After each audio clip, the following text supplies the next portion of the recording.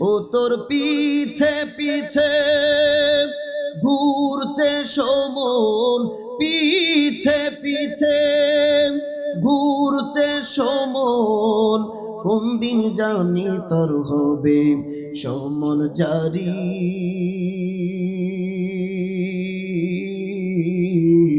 দেখি না মন ঝাঁক মারিয়ে দুনিয়াদারি, দেখি না মন ঝাঁক মারিয়ে দুনিয়াদারি। ভাই বন্ধু আর আপন জনা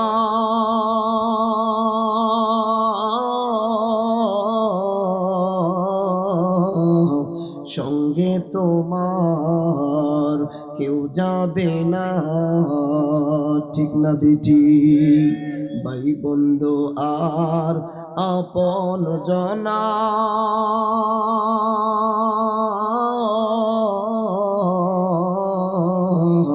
সঙ্গে তোমার কেউ যাবে না। ও তুমি আইসো একা যাইবা একা, আইসো একা যাইবা একা, সঙ্গে তোমার কেউ রবে না। দেখি না মন ঝাঁক মারিয়ে দুনিয়াদারি, ঠিক না বেটি? দুনিয়া একদিন ঝাঁকুনি মারবো, দুনিয়ার সব কিছু উলট পালট করে দিবি রে বাপ। দুনিয়ার জমিনটাকে উল্টো করে যখন আসার দেওয়া হবে, দুনিয়ার কোনো কিছুর অস্তিত্ব থাকবে না। আমি আপনি দুনিয়ার মধ্যে বিচরণ করছি গো, আল্লাহকে ভুলে গেছি, তার হাবিবুল্লাহকে ভুলে গেছি। আপনি একটু চিন্তা করে দেখেন না, আজকে এই মুহূর্তে যখন আপনি ঘুমের ঘরে চইলা যাইবেন, যাদের চক্ষুটা সকালবেলা গো চক্ষুটা খুলবে, সে দুনিয়ার মধ্যে সকাল থেকে আবার বিচরণ শুরু করবে। আর যার চক্ষুটা আর খুলবে না গো, তার মানে নিশ্চিতভাবে বলা হবে সে ইন্তেকাল করেছে। আমার আপনার চক্ষু সকালবেলা খুলবে কিনা আমি বলতে পারি না, আপনি বলতে পারেন না। যেই মালিক দুনিয়ার জমিনের মধ্যে আমাকে আপনাকে পাঠিয়ে দিয়েছেন, ওই মালিকের যদি ইচ্ছা হয় দুনিয়ার মধ্যে থাকতে পারবেন, ওই মালিকের ইচ্ছা না হলে আমি আপনি দুনিয়ার বুকে এক সেকেন্ডও থাকতে পারবো না। আপনার নবী আমার নবীজি দৈনিক প্রতিদিন মৃত্যুর কথা বেশি বেশি বেশি পরিমাণ স্মরণ করার কথা বলেছেন। আল আম্বিয়া ও মাসুমুন, নবীগণ হচ্ছে নিষ্পাপ, তারপরেও নবীজি দৈনিক ইস্তেগফার করতেন একটাই মাত্র কারণ, উম্মতে মুহাম্মাদীদেরকে শিক্ষা দেওয়ার জন্য। নবী আমার প্রতিদিন 5 ওয়াক্ত নামাজ আদায় করতেন গো, কিন্তু বাবা নবীগণের তো নামাজের দরকার নাই। আম্মা জান আয়েশা সিদ্দিকা রাদিয়াল্লাহু তাআলা আনহা একদিন নবীর কদম মোবারকে গেলেন, যাইয়া ডাক দিয়া বললেন, নবী গো নবী, নবীগণ তো নিষ্পাপ, নবীগণ তো আল্লাহর মনোনীত বান্দা, আপনি কেন তাহলে নামাজ আদায় করেন? আপনার নবী আমার নবী ডাক দিয়া বললেন, হে আয়েশা, আমি নবীর জন্য নামাজ আদায় করি না, আমি আমার উম্মতকে শিক্ষা দেওয়ার জন্য নামাজ আদায় করি। কেন বাপ? আপনার নবী আমার নবীর আপনার নবী আমার নবীর ব্যাপারে খুব কম রেফারেন্স দেওয়ার চেষ্টা করব গো, অভ্যাস হয়ে গেছে। তারপরও একটু বলি, আমার রব্বে কারিম তার বন্ধু নবীকে বলে দিলেন, ওয়ামা আতাকুমুর রাসূলু ফাখুযুহু ওয়ামা নাহাকুম আনহু ফান্তাহু। আপনার নবী আমার নবীজি আল্লাহর পক্ষ থেকে যাহা যাহা নিয়ে এসেছেন আমার মাওলাই করিম বলেন তোমরা তাহা তাহা গ্রহণ করো। ওয়ামা নাহাকুম আনহু ফান্তাহু, আমার রাসূল যাহা যাহা থেকে নিষেধ করেছেন, বিরত থাকার কথা বলেছেন, তাহা থেকে তোমরা বিরত থাকো। আপনার নবী আমার নবী নামাজ নিয়ে এসেছেন রে বাবা, সালাত নিয়ে এসেছেন আমার নবী, সওম রোজা নিয়ে এসেছেন আমার নবী। আপনার নবী উম্মতে মুহাম্মাদির সম্পদকে পুত পবিত্র করানোর জন্য যাকাতের ব্যবস্থা রেখেছেন আল্লাহর দরবার থেকে। আপনার নবী আমার নবীজি মক্কাতুল মুকাররমায় হজ করার মেথড পদ্ধতি বাতলিয়ে দিয়েছেন গো। আমার নবী আপনার নবীজি সদা সর্বদা শুধু চান উম্মতে মুহাম্মাদি জাতি একটাও জাহান্নামে না যায়। সুবহানাল্লাহ। মৃত্যু সদা সর্বদা আমার আপনার পিছনে ঘুরছে রে বাপ। মৃত্যুর কথা শুনলে অনেকে ভয় পাইয়া যায়, কিন্তু জগৎ বিখ্যাত একজন পয়গম্বর ছিলেন যিনি আমাদের সমস্ত মুসলমানদের জাতির পিতা হযরতে ইব্রাহিম আলাইহিস সালাম। ওনার কদম মোবারকে একদিন আজরাইল এসে চলে আসলেন। আয়েশা ডাক দিয়া বললেন নবী গো, নবী আল্লাহর পক্ষ থেকে আপনার কদম মোবারকে আসলাম। আল্লাহ বলেছে আপনার রূহটা নিয়ে যাওয়ার জন্য। ইব্রাহিম খলিলুল্লাহ ডাক দিয়া কয় আজরাইল, আরে আজরাইল, আল্লাহ তো আমাকে খলিলুল্লাহ বলেছে, আল্লাহর বন্ধু বলেছে। বন্ধু বন্ধু হইয়া বন্ধুর রূহটা কেমনে কবজ করব? বন্ধু তো বড় কষ্ট পাইব। ইব্রাহিম খলিলুল্লাহ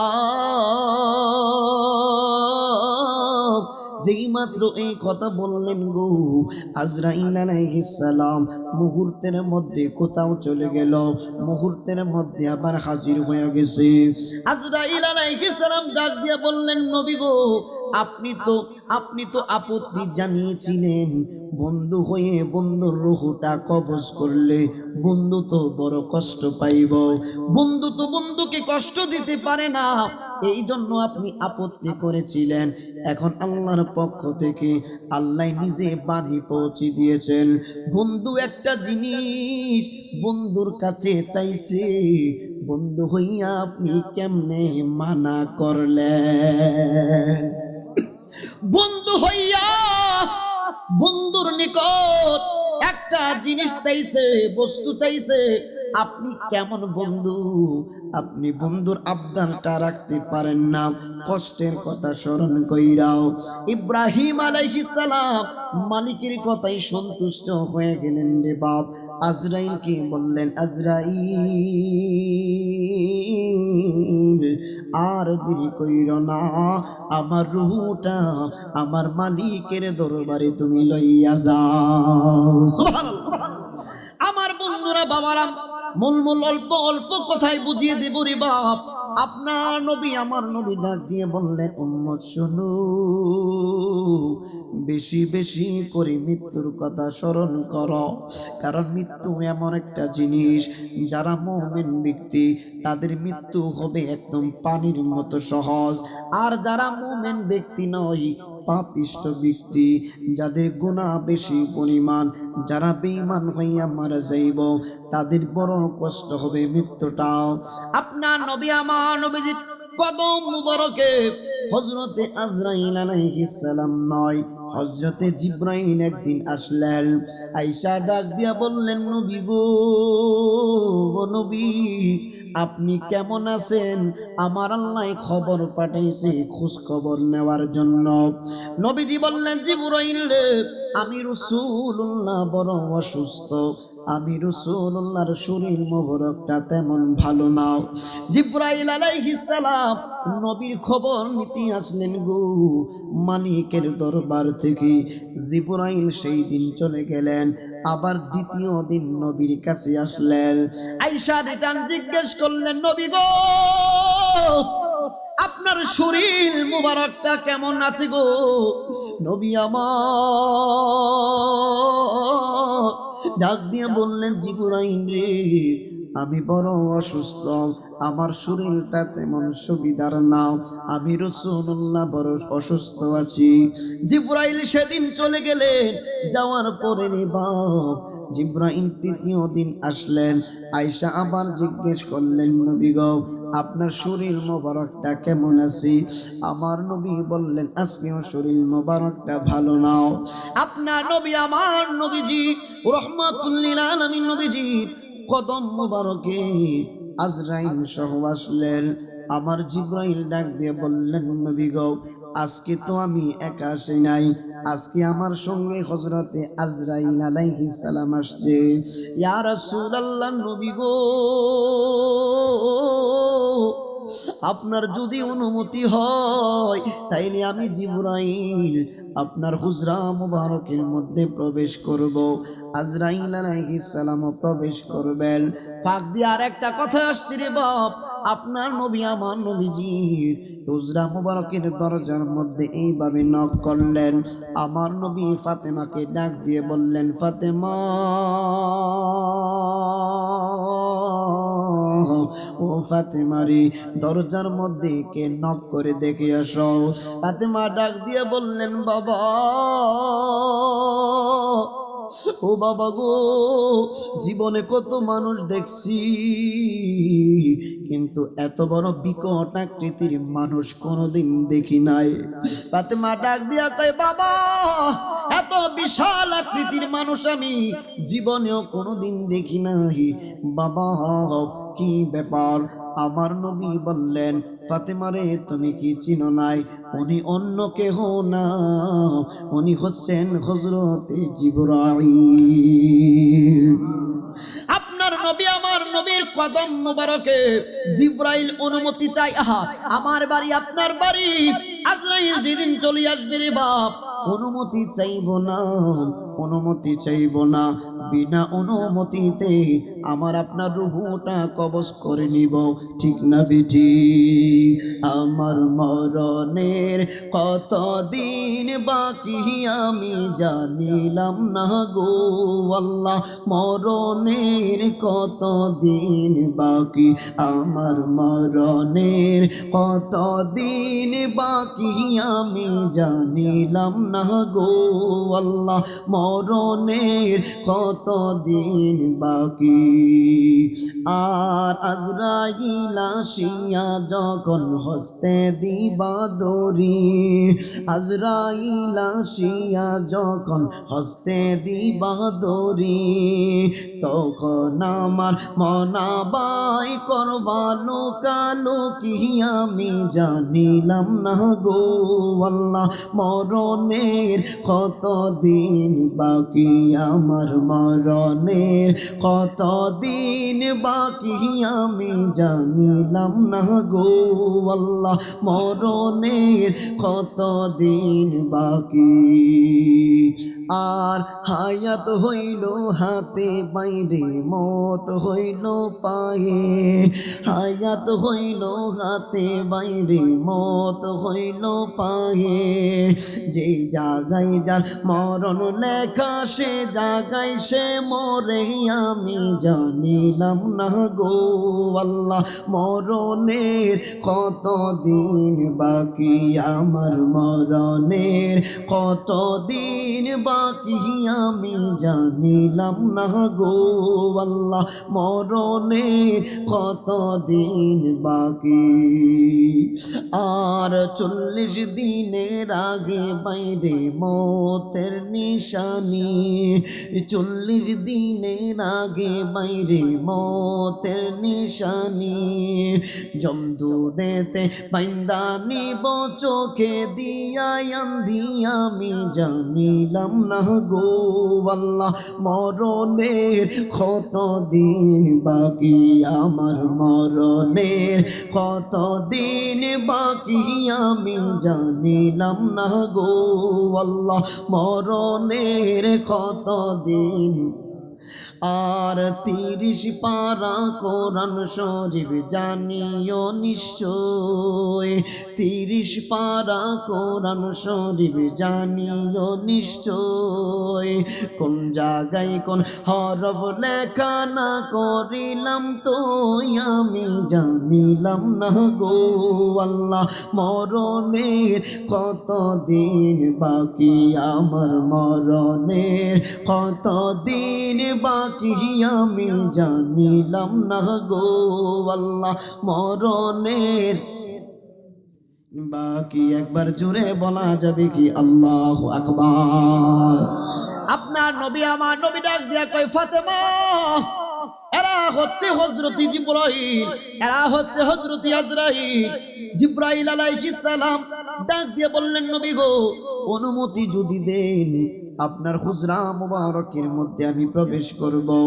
আমার নবী অনুমতি প্রদান করলেন, আমার নবী অনুমতি প্রদান করলেন। আজরাইল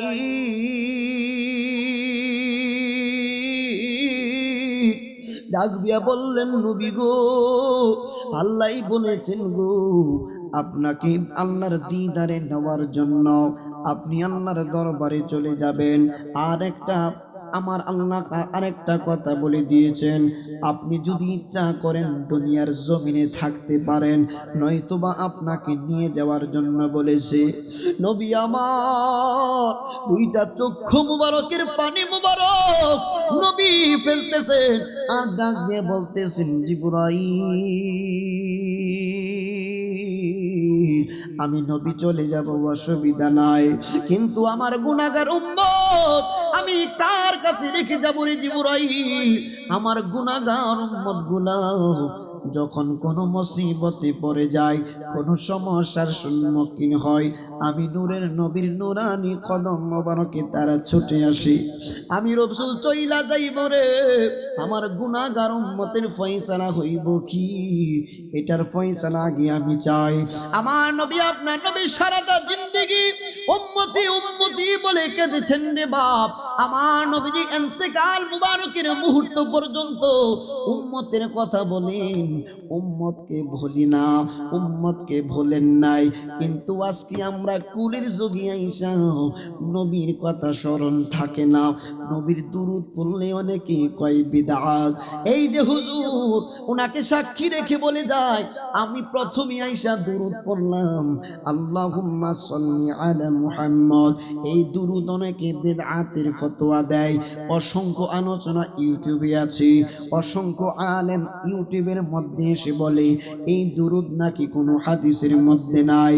আলেমকে সাক্ষী রেখে বলে দিয়ে যাই রে বাবা, 6টা 86টা হাদিসের মধ্যে অন্যতম একটা হাদিসের কিতাব সুনানুন নাসাই শরীফ, সুনানুন নাসাই শরীফের মধ্যে গো 1291 নাম্বার হাদিস আপনার নবী আমার নবীজি বলতেছেন, আমার নবী বললেন সাল্লু আলাইয়া, আমি নবীর প্রতি তোমরা দুরূদ প্রেরণ করো, ওয়াজতাহিদু ফিদ দুআই, দুআর মাধ্যমে চেষ্টা করো, ওয়াকুলু এবং তোমরা সকলে এইভাবে বলো আল্লাহুম্মা সাল্লি আলা মুহাম্মাদ ওয়া আলা আলি মুহাম্মদ। একবার জোরে বলা যাবে কি মারহাবা। নবী আমার উম্মতে মুহাম্মাদীদেরকে কত সুন্দর কইরা এই দুরূদ শরীফটা শিক্ষা দিয়েছেন গো। কিন্তু যারা বলে বিদআতি দুরূদ, ওয়াল্লাহি আল্লাহর কসম তাদের নামের আগে মাওলানা লেখা জায়েজ নাই। 86টার হাদিস সম্পর্কে যাদের নলেজ নাই, যাদের জ্ঞান নাই, তারা মৌলবী হওয়ার যোগ্যতা রাখে না। কেন বলছি বাপ, এই যে দেখেন পোস্টারের মধ্যে, লিফলেটের মধ্যে আপনার নাম, সভাপতি মহোদয়ের নাম বড় করে জায়গা পেল, সহসভাপতির নাম বড় করে জায়গা পেল। আসছি রে বাপ সেই দিকে, কিছু বিষয় জানার দরকার আছে, অসুবিধা হচ্ছে? কিছু বিষয় জানার দরকার আছে, আসবে সামনে কথাগুলো। সভাপতির নাম বড় করে পোস্টারের মধ্যে লেখা হয়, কোন ব্যক্তি বেদাতের ফতোয়া দেয় না। প্রধান অতিথির নাম বড় করে লেখা হয়, বেদাতের কোনো ফতোয়া আসে না। বিশেষ অতিথির নাম বড় করে লেখা হয়, কোনো ফতোয়া আসে না রে বাবা। বড় বড় নেতা কর্মীর নাম বড় করে লেখা হয়, কোনো বেদাতের ফতোয়া আসে না।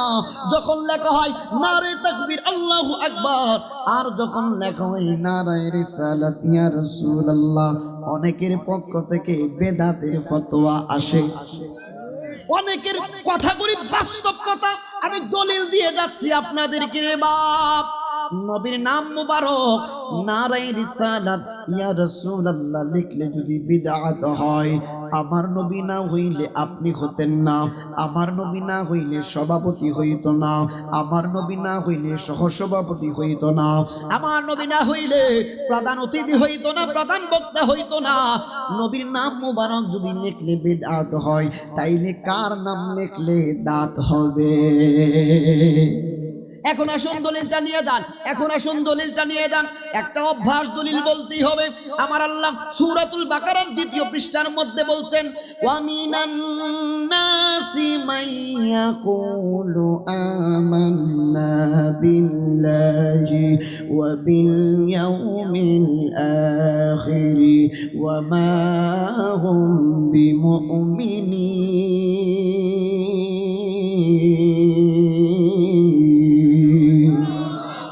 অমিনান নাসি মাইয়াকুলু, অমিনান নাসি মানুষের মধ্যে কিছু লোক, মানুষের মধ্যে মুসলমান মানুষ, মানুষের মধ্যে মুসলিম জাতি, মানুষের মধ্যে হিন্দু জাতি, মানুষের মধ্যে বৌদ্ধ জাতি, মানুষের মধ্যে খ্রিস্টান জাতি, সমস্ত মানুষদেরকে আন্নাস ব্যাপকভাবে বলছেন, ও নবী গো, সমস্ত পৃথিবীর মানুষ সকলে তারা বলছে মাইয়াকুলু, তারা সকলে বলছে আমান্না, আমরা সবাই ঈমান আনলাম বিল্লাহি, তুমি আল্লাহর প্রতি, ওয়া বিল ইয়াউমিল আখির, তুমি আল্লাহর আখিরাতের প্রতি। আমার রব্বুল আলামিন তার বন্ধু নবীকে বলে দিলেন, নবী গো, আমি আল্লাহর প্রতি তারা ঈমান আনয়ন করেছে, আমি আল্লাহর আখিরাতের প্রতি তারা ঈমান আনয়ন করেছে। আমি আল্লাহ ঘোষণা করব, এদেরকে তো একটা সার্টিফিকেট দেওয়া দরকার। ফাই ওমা হুম বিমুমিনিন, এদের একটারও ঈমান নাই। আল্লাহু আকবার।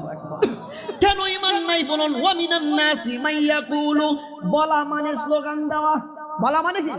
বলা যে কথা, স্লোগান দেয়া একই কথারই বাপ। এখন নারে তাকবীর আল্লাহু আকবার স্লোগান দিলে, কিন্তু নারে রিসালাত ইয়া রাসূলুল্লাহ স্লোগান দিলেন না। আল্লাহর নাম আছে কিন্তু নবীর নাম নাই। এই স্লোগানের মধ্যে আল্লাহর স্লোগান থাকবে গো। নবীর স্লোগান আল্লাহর স্লোগানের সাথে যদি না থাকে, বুঝবেন এই দলটা 1 নাম্বার মুনাফিক। আরো যদি বলতে হবে ঠিক না ঠিক? কোথায় আছে, কোথায় আছে? তাফসীর ইবনে কাসিরটা খুলে দেখেন। আল্লামা ইবনে কাসির রাহমাতুল্লাহি আলাইহি ওয়া রাফা'না লাকা যিকরাকের তাফসীর করতে যাইয়া বড় চমৎকার ভাবে হাদিস কোট করেছেন। আন আবি সাঈদিন আল খুদরি রাদিয়াল্লাহু তাআলা আন, আতানি জিবরাইল আলাইহিস সালাম, একদিন জিবরাইল নবীর কদম মোবারকে আসলেন। আয়েশা ডাক দিয়া কই, নবী গো, আপনি জানেন নি কিভাবে আপনার সম্মান ইজ্জত আজমত আমার আল্লাহ বাড়িয়ে দিয়েছেন? নিজের প্রশংসা তো নিজে নিজে করা যায় না। নবী আমার ডাক দিয়ে বললেন, ক্বাল আল্লাহু আ'লামু, আমার আল্লাহ অধিক ভালো জানেন। জিবরাইল বললেন, নবী গো, ক্বালা জিবরাইলু, জিবরাইল বললেন, ইযা যুকিরতু যুকিরতা মাই, যত জায়গায় আল্লাহর নাম থাকবে তত জায়গায় নবীর নাম থাকবে, যত জায়গায় আল্লাহর জিকির থাকবে তত জায়গায় নবীর জিকির থাকবে, যত জায়গায় আল্লাহর স্লোগান থাকবে তত জায়গায় আমার নবী আপনার নবীর স্লোগান মোবারক থাকা লাগবে। তাইলে হাদিস থেকে জানলাম গো, আল্লাহর জিকিরের সঙ্গে সঙ্গে, আল্লাহর স্লোগানের সঙ্গে সঙ্গে নবীর স্লোগান যেই জায়গায় থাকবে সেইটা হচ্ছে হক দল সুন্নি জামাত। এখন আসুন বাবা, কেন কথাগুলি বলছি রে বাপ? কিছু কিছু কথা দরকার আছে। বেশি রাত্র হয়ে যাওয়ার কারণে আমি একদম দালিলি কথা বলছি না, সাবলীল ভাষায় বাংলাতে বুঝিয়ে বলছি।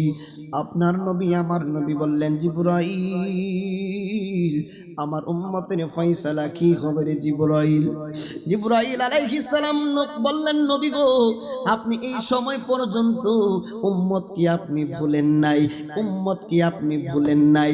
কেমনে বলতাম রে জিবরাইল, আমি তো আমার উম্মতদেরকে বড় ভালোবাসি, আমি আমার উম্মত ছাড়া আমি কোনো কিছুই বুঝি না রে জিবরাইল। জিবরাইল মুহূর্তের মধ্যে নাই, মুহূর্তের মধ্যে হাজির। আয়েশা ডাক দিয়া বললেন, নবী গো আল্লাহ বলেছে আপনি চলে যাবেন আল্লাহর দিদারে, আর আপনার উম্মতের জিম্মাদার স্বয়ং আমার আল্লাহর কুদরতি হাত মোবারকে নিয়ে নিয়েছে। আর জুড়ে বলা যাবে কি সুবহানাল্লাহ। ওরে নবী প্রেমের মালা পরে, নবী প্রেমের মালা পরে হইলাম পাগল দেওয়ানা, ওই কদমে যাওয়া হলো না, ওই কদমে যাওয়া। ওরে যে পড়েছে নবীর টানে, ওরে সেই তো নবীর কদর জানে গো। ওরে যে পড়েছে নবীর টানে, ওরে সেই তো নবীর কদর জানে গো। ওরে মধুর বাণী শুনবি কানে, মধুর বাণী শুনবি কানে, হইলে তাহার দেওয়ানা, ওই কদমে যাওয়া হলো না, ওই কদমে যাওয়া। ওরে আগে ঈমান তাজা করো, ওরে পরে রোজা নামাজ পড়ো গো, ঠিক না বেটি? ওরে আগে ঈমান তাজা করো, ওরে পরে নামাজ পড়ো গো। ওরে ঈমান হলো নূর নবীজি, ঈমান হলো নূর নবীজি, কোরআন হাদিস দেখো না, ওই কদমে যাওয়া হলো না, ওই কদমে যাওয়া। আপনার নবী আমার নবী উম্মতে মুহাম্মাদীদেরকে কত ভালোবাসেন রে আমার নবী। আপনার মধ্যে মা কেন জানি মুস্কি মুস্কি হাসতেছে, একবার জোরে বলা যাবে কি আল্লাহু আকবার। আপনার নবী আমার নবীজির বুক মুবারকের মধ্যে রে বাপ আজরাইল আলাইহিস সালাম হাত মুবারক রাখলে, হাত মুবারক রাখার পরে আমার নবী দুইটা চক্ষু মুবারকের পানি ছেড়ে দিলেন। আজরাইল মৃত্যুর যন্ত্রণা বুঝি এত বড় যন্ত্রণা নবী গো, সব চাইতে আসানের সহিত আপনি রাসূলুল্লাহর রূহ মুবারকটা নেওয়া হচ্ছে, আপনি যাতে করে কোনো কষ্ট অনুভব না করেন। নবী আমার ডাক দেয়া কই, আজরাইল সবচাইতে সহজ মৃত্যু যদি এটা হয় রে, আমার গুনাহগার উম্মতটা তো গুনাহ করবে, 5 ওয়াক্ত নামাজের মধ্যে কয়েক ওয়াক্ত পড়বে, মাঝে মধ্যে নামাজই পড়বে না, আমার গুনাহগার উম্মতের কি ফয়সালা হবে? নবী গো একটা কথা বইলা দিয়া যাই, কয় কথাটা কি গো নবী? কয় আপনার কোন উম্মত যদি মাগরিবের নামাজের পর, ফজরের নামাজের পর আয়াতুল কুরসি যদি পড়ে, বুকের মধ্যে দম করে, ইয়া রাসূলুল্লাহ নবীজি, ও মায়ার নবী গো, বাচ্চা যেমনি করে মায়ের দুগ্ধ মুবারক পান করতে করতে ঘুমাইয়া যায়, আপনার গুনাহগার উম্মত যদি এই আমলটা করে গো নবীজি, তাদের রূহটা নিব, তারা সুতা পরিমাণ টের পাইব না।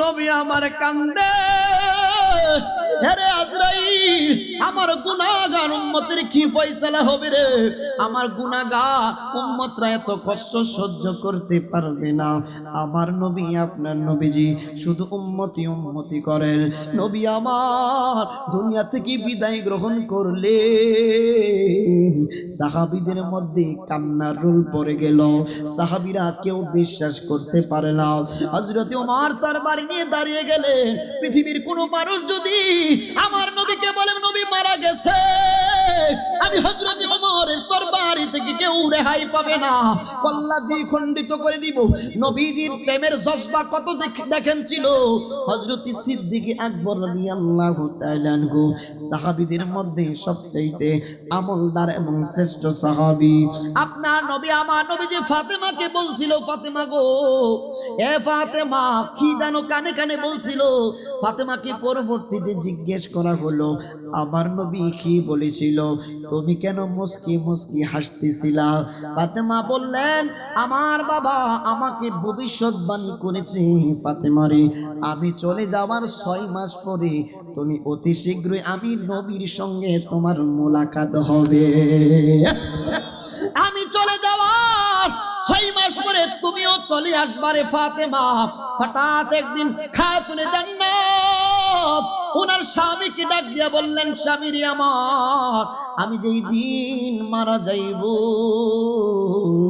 আমি মারা যাওয়ার পরে আমার কাফনের ভিতরে এই যে পাতিলার মধ্যে একটা ছোট্ট একটা কাগজের টুকরা আছে এই কাগজের টুকরা খানি আমার কাফনের ভিতরে আপনি ভরে দিবেন হযরতে আলী ডাক দিয়া কই ফাতেমা রে কাগজের টুকরার মধ্যে কি আছে ফাতেমা ডাক দিয়া কই বলা যাবে না আপনি কাগজের লেখাটাও পড়বেন না হযরতে আলী ডাক দিয়া কই আমি আনা মাদিনাতুল ইলমি ওয়া আলিউন বাবুহা আমার নবী মিশকাতুল মাসাবির হাদিস আমার নবী আপনার নবীজি বলছেন গো নবী হচ্ছেন ইলমের শহর ওই শহরের দরজা হচ্ছে আমি হযরতে আলী সুনান তিরমিজির মধ্যে হাদিসটা আসছে মিশকাতের মধ্যেও আসছে রে বাবা হযরতে আলী কয় মানুষ যখন আমারে জিজ্ঞেস করব ফাতেমা এই কুঠুরির মধ্যে কাগজের টুকরার মধ্যে কি লেখা ছিল আলী তুমি বলো আমি আলী যদি না কইতে পারি মানুষ আমারে ইলমের দরজা কেমনে কইব আমি এই জিনিসটা গোপন করতে পারবো না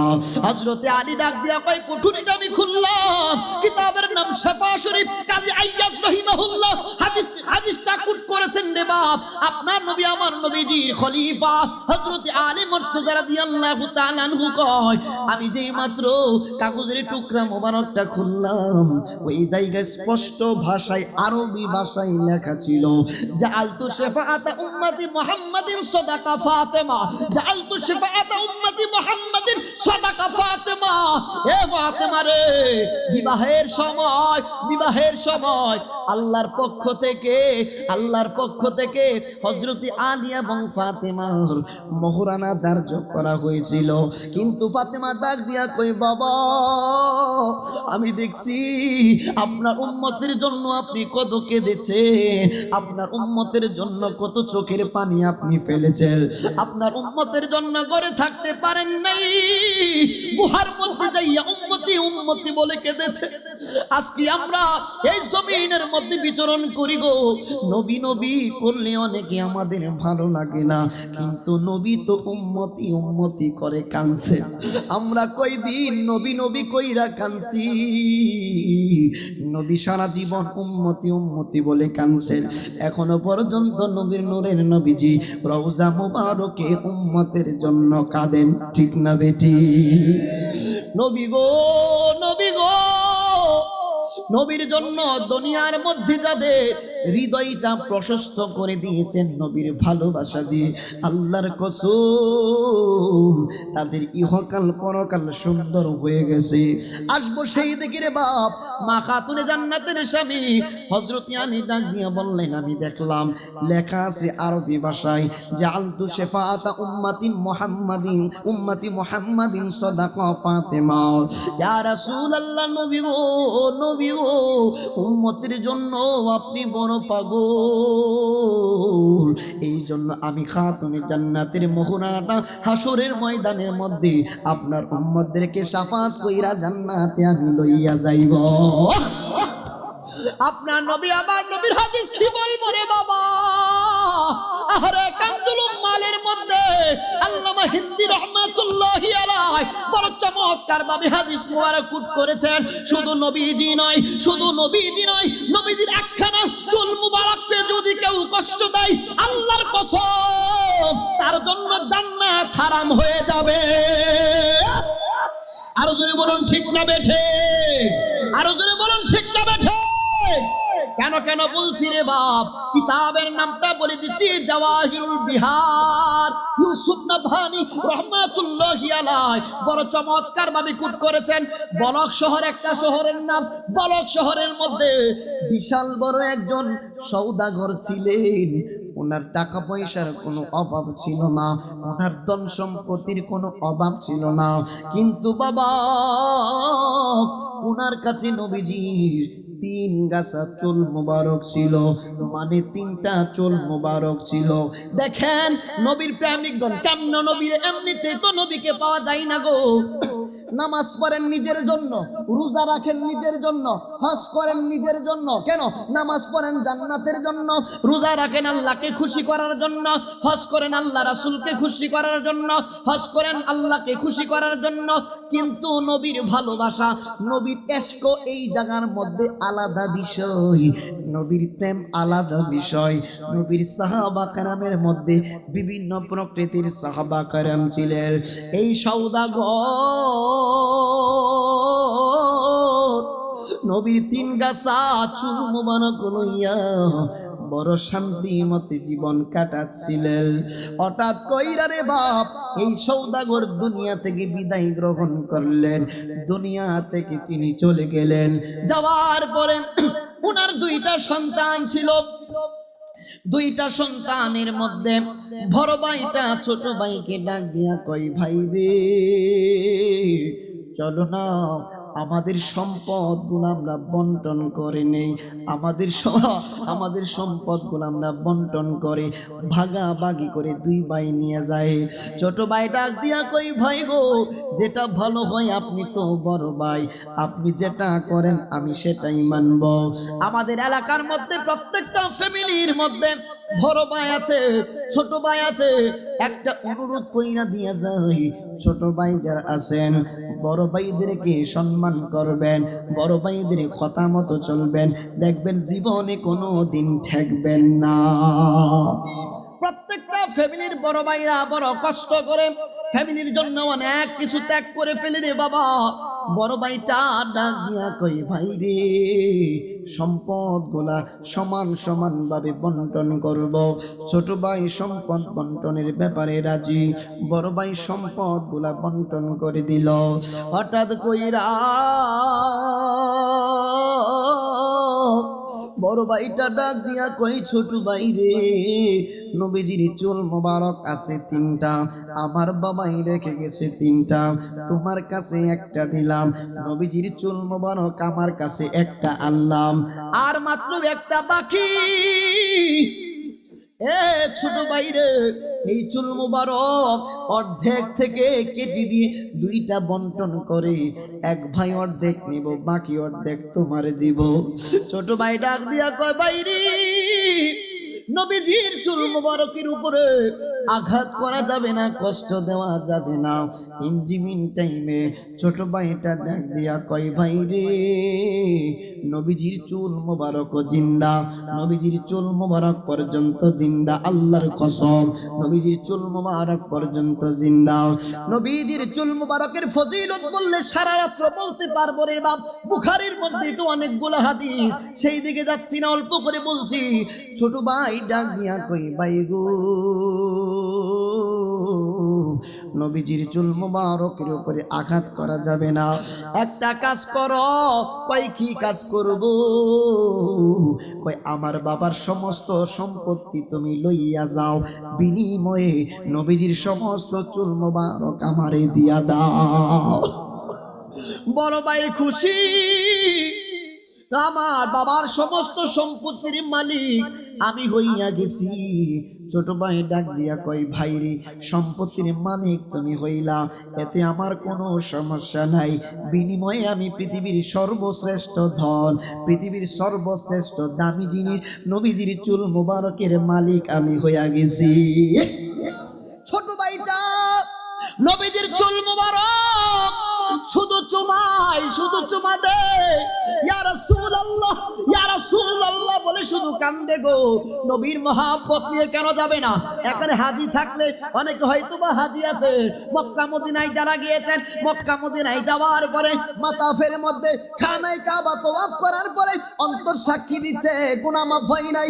মাতাফ থেকে খানায় কাবা থেকে মুজদালিফায় চলে গেলেন, মুজদালিফায় যাওয়ার পরে অন্তর সাক্ষী দেয় গুনাহ মাফ হয় নাই। আরাফার ময়দানে কান্নাকাটি করার পরে অন্তর সাক্ষী দেয় গুনাহ মাফ হয় নাই। মুজদালিফায় যাওয়ার পরে অন্তর সাক্ষী দেয় গুনাহ মাফ হয় নাই। এই যে সাফা মারওয়া সাই করার পরে, দৌড়াদৌড়ি করার পরে, সাফা এবং মারওয়া পাহাড়ের মধ্যে দৌড়াদৌড়ি করার পরে অন্তর তখনও সাক্ষী দেয় গুনাহ বুঝি মাফ হয় নাই গো। তখন আমার আল্লাহ ডাক দিয়ে কয়, নবী গো, নবী গো, আপনার উম্মতদেরকে জানিয়ে দেন, আপনার উম্মতদেরকে জানিয়ে দেন, ওয়ালাউ আন্নাহুম ইযযালামু আনফুসাহুম জাউকা ফাস্তাগফিরুল্লাহ ওয়াস্তাগফারা লাহুমুর রাসূল লাওয়াজাতুল্লাহ তাওয়াবার রহিমা। অন্তর সাক্ষী যদি দেয় গুনাহ মাফ হয় নাই, মুজদালিফায় যাওয়ার পরে অন্তর যদি সাক্ষী দেয় গুনাহ মাফ হয় নাই, তাদেরকে বলে দেন জাউকা, আপনি রাসূলুল্লাহর কদম মুবারকে যাওয়ার জন্য, আপনি রাসূলুল্লাহর কদমে যারা যাইব, আর রাসূলুল্লাহ যদি আপনার উম্মতের পক্ষে নবী যদি সুপারিশ করে, আমি আল্লাহ গ্যারান্টি দিলাম লাওয়াজাতুল্লাহ তাওয়াবার রহিমা, তাদের জীবনের গুনাহগুনি মাফ করে দিব।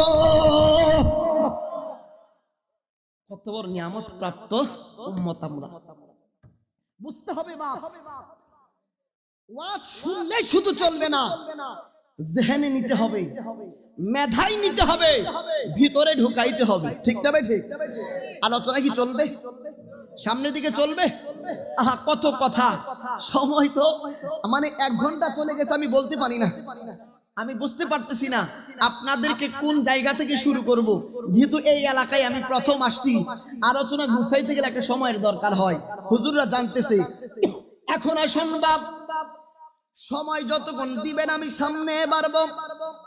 আমার আবুল হোসেন ভাই বলছেন, হুজুর ইজ্জত যাতে থাকে এইরকম ভাবে কিছু আলোচনা করবেন, মানুষের সামনে আপনাকে নিয়ে বড় গর্ব করেছি। আমি বলবো আবুল হোসেন ভাই, আরো যারা আছেন আপনি, আমি তো আমার বাবার প্রশংসা করতে আসি নাই, আমি যার প্রশংসা করব তিনি হচ্ছেন আমার মদিনাওয়ালা কামলিওয়ালা। আমার বন্ধুরা, বাবারা, গভীর মনোযোগ। ছোট ভাইটা ডাক দিয়া কয়, ভাই রে, নবীজির চুল মুবারক আমাকে দিয়ে দাও, তুমি বাবার সমস্ত সম্পত্তি নিয়ে নাও। সমস্ত সম্পত্তি বড় ভাইটা নিয়ে নিল। ছোট ভাই নবীজির চুল মুবারক নিয়ে শুধু কান্দে আর নবী নবী কইরা সময় কাটে। হঠাৎ কইরা রে বাবা, বড় ভাইয়ের সমস্ত সম্পত্তি আস্তে আস্তে করে নষ্ট হতে লাগলো, আস্তে আস্তে করে বিলুপ্তির দিকে রে বাবা, আস্তে আস্তে করে সম্পত্তি নষ্ট হতে হতে গো এই বড় ভাইটা একদম ফকির হয়ে গেল, নিঃস্ব হয়ে গেল। কিন্তু নবীজির চুল মুবারকের বরকতে ছোট ভাইটার সম্পত্তির কোনো অভাব থাকলো না, বড় লোক হইয়া গেল। এই ছোট্ট ভাইটা হঠাৎ করে দুনিয়া থেকে বিদায় নিল গো, ইন্তেকাল করলেন, দুনিয়া থেকে বিদায় গ্রহণ করলেন।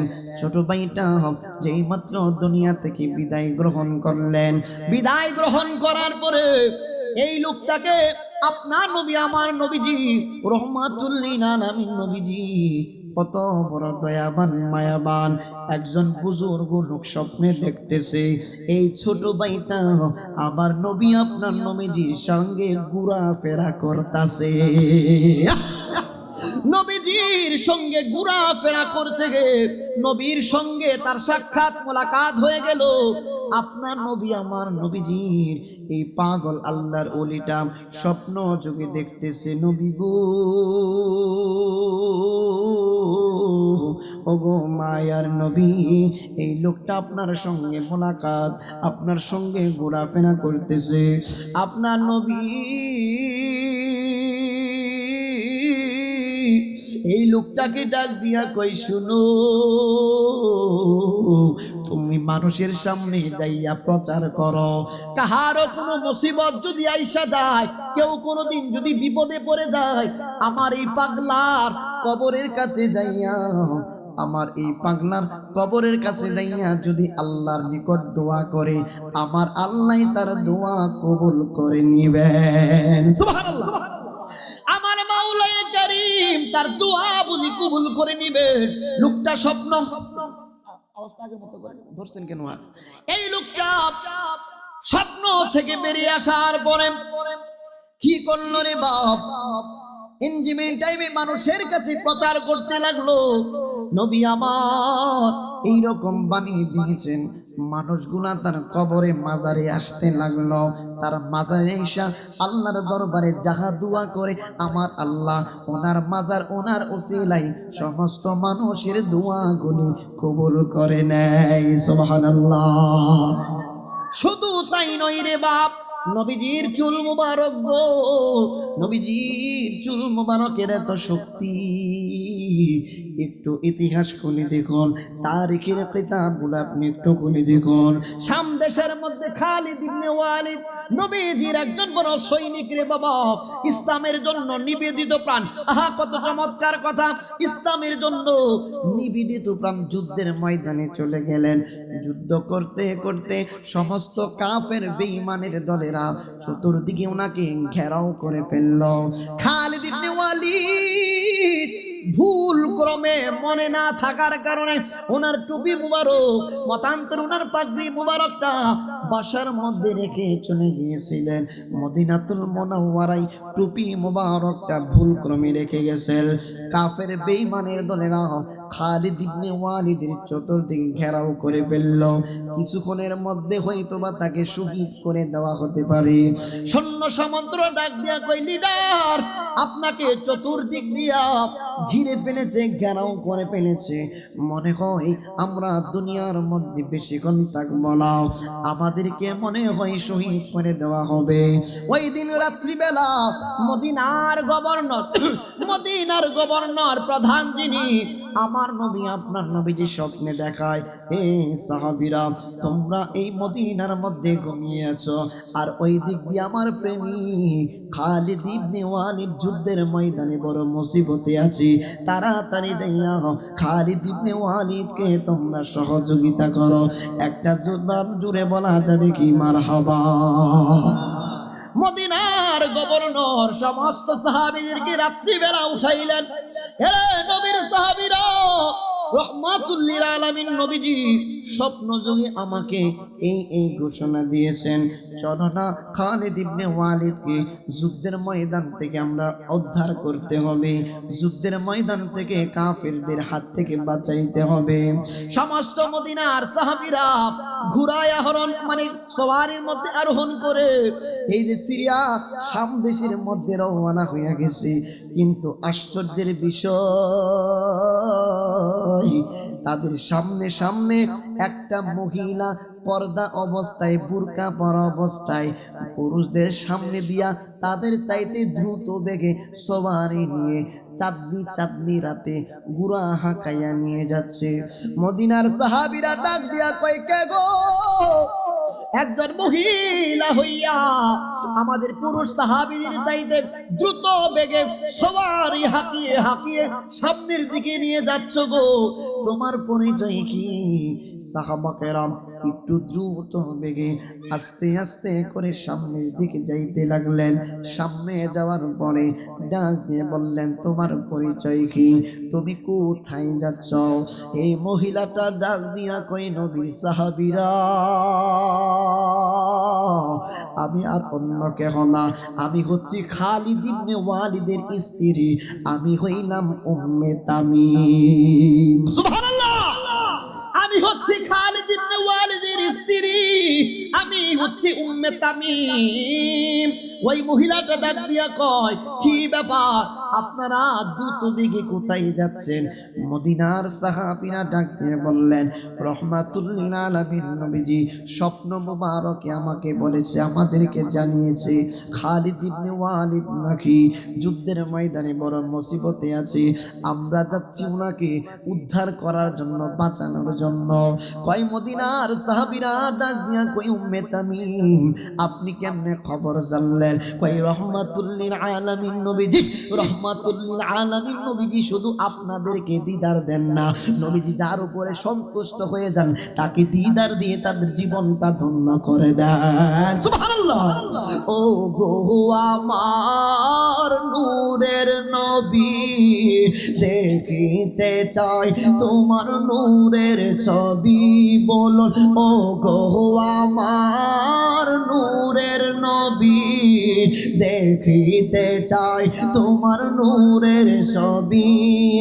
জন্ম আমার বাংলাদেশে, জন্ম আমার বাংলাদেশে, দেখিতে চাই নবীর দিদারে, বলুন রাসূল তোমায় ভালোবাসি, মন হৃদয় উজাড় করে, বুকের ভিতর জ্বালায় আমার, দূর হবে সব তোমার দিদারে, দূর হবে সব তোমার দিদারে।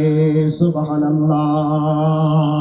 উম্মতের দরদি তুমি, তোমার দিদারে আশা রাখি, উম্মতের দরদি তুমি, তোমার দিদারে আশা রাখি। মায়া যদি এই লাগে তোমার, মায়া যদি এই লাগে তোমার, দাও না দেখা ঘুমের ঘরে। একবার চিল্লায় বলা যাবে কি সুবহানাল্লাহ? উম্মে তামিম ডাক দিয়া কই, শুনো আমি এইভাবে জানতে পারলাম গো, মদিনার মধ্যে মানুষগুলা আমার স্বামীকে নিয়ে কথা বলতেছে। আমি আর সেকেন্ড দেরি করি নাই, কিন্তু আমি মনে মনে ভাবতেছিলাম মদিনা কামলিওয়ালা নবীজির চুল মুবারক আমার স্বামীর টুপি মুবারকের ভিতরে ছিল। আল্লাহে বিল্লাহি তাল্লাহি পৃথিবীর কোন মানুষ, পৃথিবীর যত বড় সৈনিক হোক না কেন, মদিনাওয়ালার চুল মুবারক গেঁথে দিয়েছিলাম টুপি মুবারকের ভিতরে। এই টুপি আমার স্বামীর মাথায় থাকা পর্যন্ত পৃথিবীর কোন মানুষ আমার স্বামীকে হত্যা করতে পারবে না। কিন্তু উম্মে তামিম ডাক দিয়া কয়, আমি যেই মাত্র আমার ঘরের কোণার মধ্যে আমি একটু তাকাইলাম, তাকায় দেখি আমার স্বামীটা ভুল ক্রমে টুপিটা বাসায় রেখে চলে গেছে। আমি আর বুঝতে বাকি নাই আমার স্বামীটা বড়ই মুসিবতে আছে। এই জন্য রহমাতুল লিল আলামিন নবীজির চুল মুবারকের টুপি মুবারকটা আমি লইয়া দ্রুত বেগে সামদিকের দিকে ছুটলাম। নবীজির এই সাহাবীর স্ত্রী সামদিকের দিকে যাইতে যাইতে যাইতে যাইতে যেই মাত্র সামদেশের কাফেররা চতুর্দিকে ঘিরে ফেলছে গো, ওই সাহাবীর স্ত্রী ডাক দিয়া কই, স্বামীর আমার আল্লাহু আকবার, আল্লাহু আকবার বলে একটা চিৎকার মারছে। খালিদ ইবনে ওয়ালিদ পিছনের দিকে তাকায়া দেখে একটা মহিলা, মুখোশধারী পর্দাহিত একজন মহিলা উচ্চ স্বরে আল্লাহু আকবার বলতেছে আর ডাক দিতেছে, স্বামী গো আমার, আসছি আপনার বিবি, আমি চলে আসছি।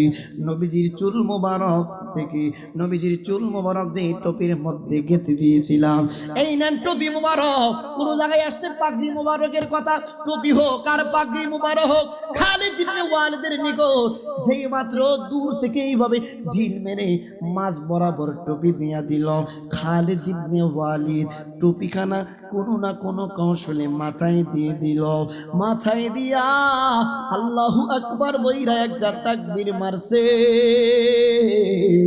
আর ডাক দিয়া কয় এই কাফের বেঈমানের দলেরা আল্লাহর কসম করে বলি আমি খালিদ ইবনে ওয়ালিদকে পৃথিবীর কোনো মানুষ আর হারাইতে পারবে না আমি খালিদ ইবনে ওয়ালিদের মাথার মধ্যে রহমাতুল লিল আলামিন নবীজির চুল মোবারক লাগানো কৃত টুপি আমার বিবি আমার আইনা দিছে আর জোরে বলুন সুবহানাল্লাহ আমার বন্ধুরা বাবারা একটু আসল কষ্ট হচ্ছে চলবে আবুল ভাই চলবি না আরো আমার অসুবিধা নাই চলবে আমি টাইম ধরে কথা বলবো না আপনারা যতক্ষণ বলেন ততক্ষণ বলবো আমি বলতে পারতাম ক্বাল আল্লাহু তাআলা ক্বাল রাসূলুল্লাহ সাল্লাল্লাহু আলাইহি ওয়াসাল্লাম কন্টিনিউয়াসলি বলতাম কিন্তু পরিবেশ 12:30টা একটার পরে কি কোরআন হাদিস ডাইরেক্টলি চলে একটু রসকস লাগানো লাগে হাদিসগুলাই বাংলাতে আমি তরজমা ভাবে সুন্দর ভাষায় বলছি অসুবিধা হচ্ছে না তো কষ্ট হচ্ছে এখন আসুন বাপ একটু মনোযোগ দিবেন আরে মরণের কথা প্রথম বলছিলাম নবীর মহব্বতে চলে আসলাম রে বাপ নবীর মহব্বত নিয়ে যদি দুনিয়া থেকে বিদায় হতে পারেন আমার আপনার কবরে কোনো চিন্তা থাকবে না ঠিক না বেঠে এখন আসুন আপনার নবী আমার নবীজি রহমাতুল লিল আলামিন নবীজির মহব্বতে যারা জান্নাতের বাগানে বসেছেন রে বাবা আমার নবী আপনার নবীজি উম্মতে মুহাম্মাদীদেরকে বলেছেন বেশি বেশি বেশি পরিমাণে দুরূদ পাঠ করার জন্য সবচাইতে বেশি নবীজির কাছাকাছি হাসরের ময়দানে থাকবে আলেমদেরকে ওনাদেরকে জিজ্ঞেস করবেন কারা থাকবে জানেননি যারা আমার নবী আপনার নবীর প্রতি বেশি বেশি পরিমাণে দুরূদ সালাম পড়বে আমার বন্ধুরা বাবারা গভীর মনোযোগ এখন আসুন আপনার নবী আমার নবীজি রহমাতুল লিল আলামিন নবীজি বললেন হে উম্মত শোনো এমন একটা জমানা আসবে বুখারী শরীফের জিলদে সানি দ্বিতীয় খণ্ডের শেষের দিকের হাদিস আপনার নবী আমার নবী বললেন আমি নবী ভয় করি না আমার উম্মত শিরক করবে কিন্তু আমি নবী ভয় করি আমার উম্মত আমাকে নিয়ে বড় বাজে কথা বলবে এখন কিন্তু সেই জমানা চলে আসছে নবীর ব্যাপারে কথা বলতে গেলে লাগামের মধ্যে শিথিলতা নাই আমার বন্ধুরা বাবারা মজার কথা বলছিলাম একটা মজার কথা বলবো কঠিন কথা মরণের কথার জন্য আবুল হোসেন ভাই বলেছেন যেহেতু কবরবাসীর স্মরণে আজকের মাহফিল আল্লাহ রাব্বুল আলামিন এই মাহফিলের খাতিরে কবরস্থানের সমস্ত মুর্দেগানদের কবরের আযাব যাতে কিয়ামত পর্যন্ত maaf করে দেয় সকলে বলুন আমিন ইমাম বুখারীর অন্যতম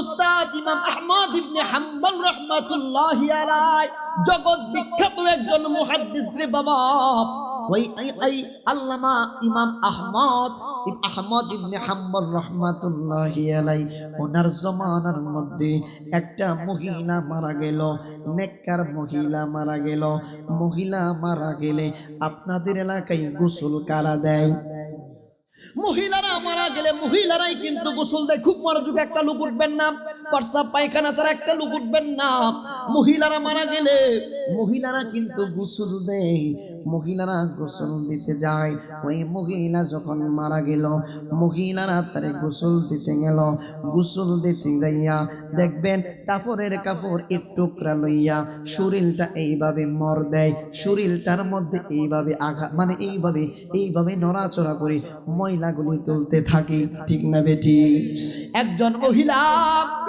মৃত মহিলার এই যে শরীর মোবারক